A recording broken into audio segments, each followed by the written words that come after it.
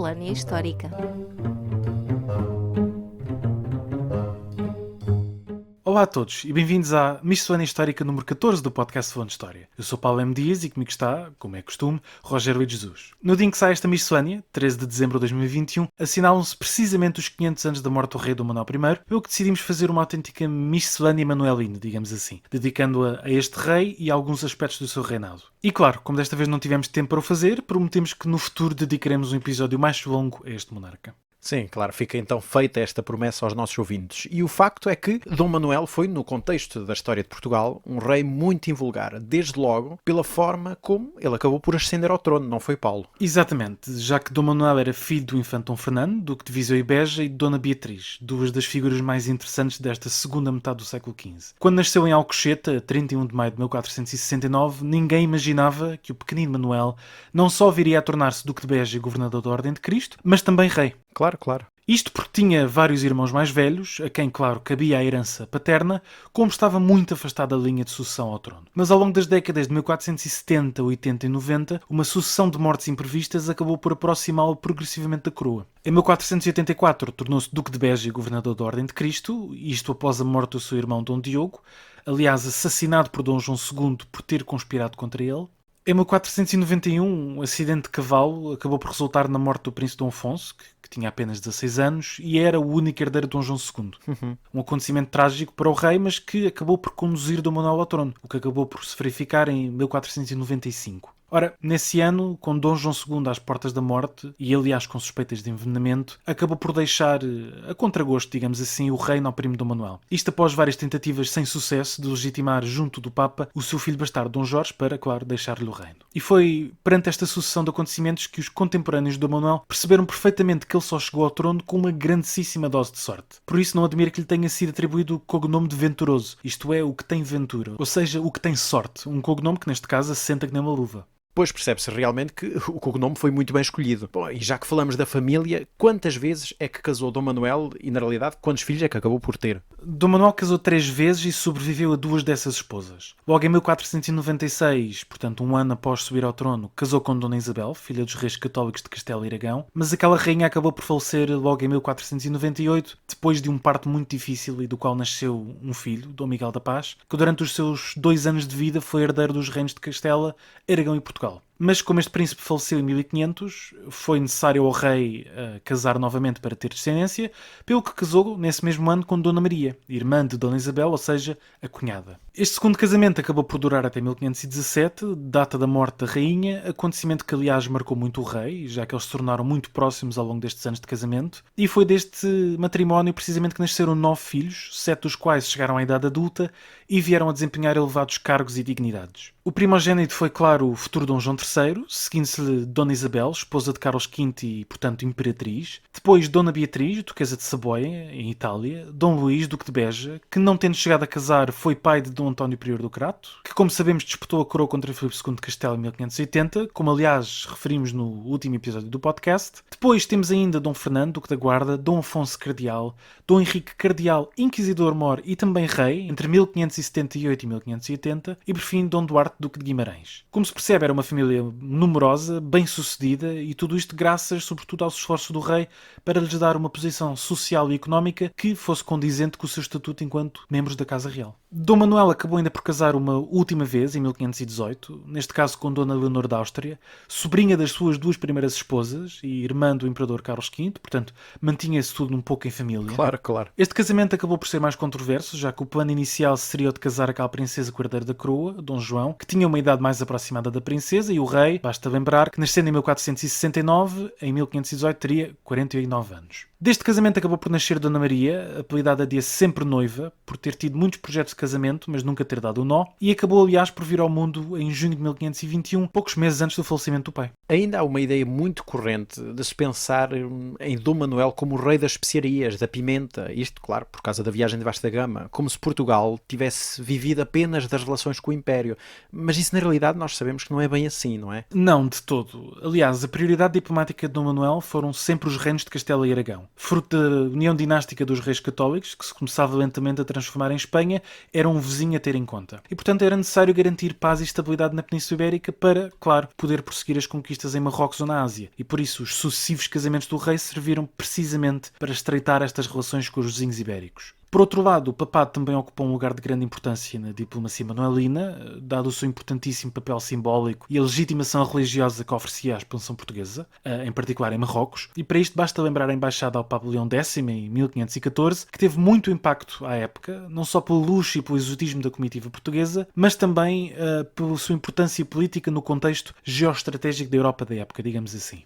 Mas nem todas estas relações diplomáticas corriam particularmente bem ao rei. Os monarcas de França e Inglaterra, por exemplo, contestavam abertamente a validade do Tratado de Tordesilhas, que, como sabemos, foi assinado entre Portugal e Castela em 1494, e dividia o mundo entre estes dois reinos. Francisco I de França era particularmente crítico do rei português e do tratado, chegando mesmo a apelidar Dom Manuel de Rei das Especiarias, mas estas rivalidades acabaram por nunca dar origem a guerras, já que Dom Manuel perseguiu sempre uma política de neutralidade face aos conflitos europeus, de modo claro a poder focar-se na expansão imperial. E isto leva-nos, claro, a olhar para o Império, porque é neste reinado que os portugueses chegam então à Ásia. Mas sobre isso, bom, não vamos perder muito tempo, porque, claro, remetemos para o nosso episódio 19 do podcast sobre o estabelecimento dos portugueses na Ásia. E visto que é também neste reinado que se reconhece o Brasil, bom, perdoem-nos os ouvintes, mas voltamos a recomendar um episódio nosso, neste caso o episódio 7, sobre Pedro Álvares Cabral e o descobrimento do Brasil em 1500. Claro que para além destas duas áreas que são muito relevantes, há uma terceira, Marrocos, que por acaso não abordámos ainda no episódio, a não ser na conquista de Ceuta, em 1415,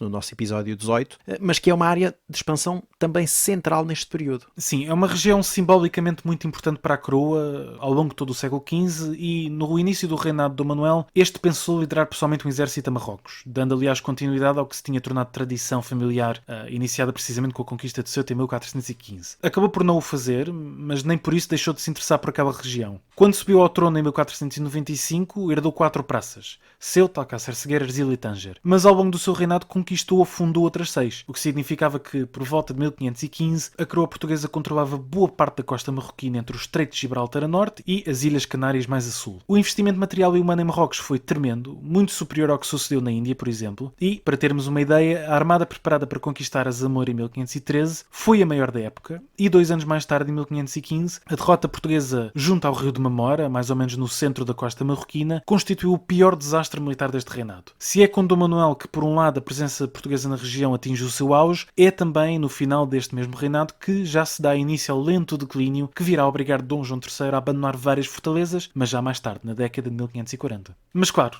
para perceber o reinado de Dom Manuel não chega a focarmos-nos apenas nestas questões imperiais. É preciso olhar para o próprio reino, para a sede do Império, porque é também aqui em Portugal continental que vão acontecer importantes reformas. Claro, reparem que foi Dom Manuel que iniciou finalmente a reforma dos forais, que era pedida em cortes pelas populações há décadas, mas que, por exemplo, Dom João II adiou sempre. A criação desta comissão de trabalho, entre aspas, chamemos-lhe assim hoje em dia, para a reforma dos forais foi formada logo em 1496 e durou 25 anos e reformulou todos os forais do país. Paralelamente, é feita uma gigantesca reestruturação dos registros centrais da coroa, a chamada leitura nova, ou seja, a compilação, a passagem a limpo de registros de doações e, enfim, outra documentação avulsa, que terminou 40 anos mais tarde, isto com 61 códices, grande parte deles com iluminuras nas folhas de rosto. Sem esquecer, por exemplo, a reforma na Justiça, com a publicação impressa, isto é muito importante, a decisão de se imprimir, portanto, de dar este relevo à imprensa já à época, das ordenações, ou seja, do conjunto de leis do reino. Claro. E, claro, a reforma e a padronização dos pesos e medidas,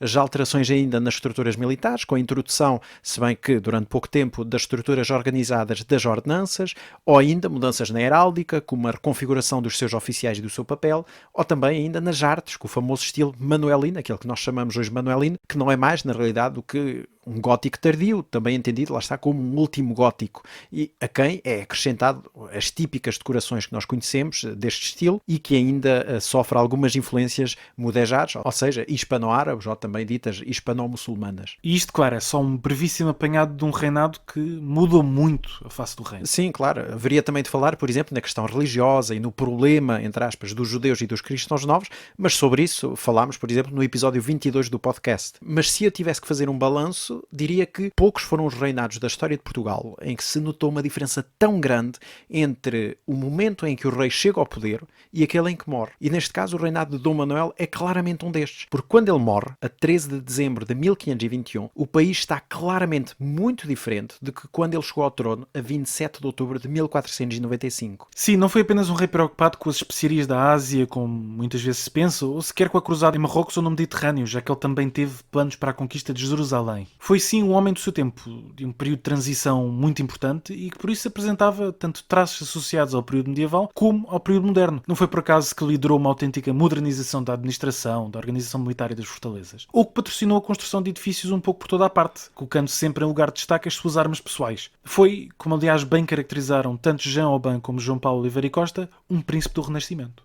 E neste caso aproveitamos as nossas sugestões da semana também para as vocacionar para quem quiser saber um pouco mais sobre Dom Manuel. Neste caso, Paulo, o que é que sugeres? Bom, como não poderia deixar de ser, eu vou recomendar a biografia deste monarca, Dom Manuel, um príncipe do Renascimento, é este o título, o livro de João Paulo Oliveira e Costa, uma biografia originalmente publicada em 2005, mas que tem sido alvo de frequentes reedições, uma das quais neste ano, 2021. E tu, Roger, qual é a tua sugestão sobre este tema? Eu, neste caso, de uma perspectiva mais macro do Império Português, sugiro uma obra que saiu agora mesmo, portanto, neste mês de dezembro, uma obra de Luís Filipe Tomás, um dos maiores historiadores portugueses do Império Português, que se chama, precisamente, A Expansão Portuguesa, um prisma de muitas faces, publicado pela Gradiva. E, portanto, é uma obra de síntese sobre o que foi o Império Português, desde o século XV e até às suas raízes medievais, até ao século XVIII. É uma obra muito bem escrita, muito bem fundamentada e que nos dá uma perspectiva, não só lá está do reinado de Dom Manuel, mas de todo este processo que foi, enfim, a expansão do Império Português. E pronto, por hoje é tudo nesta miscelânea histórica número 14. Já sabem que podem seguir-nos nas redes sociais e continuar a ouvir os episódios nos locais do costume, como Spotify, YouTube, entre tantas outras plataformas. E podem também continuar a sugerir temas para episódios, alguns dos quais, aliás, já tivemos a oportunidade de abordar, isto tudo através do nosso e-mail, falandostoriapodcast@gmail.com. Até à próxima. Até à próxima.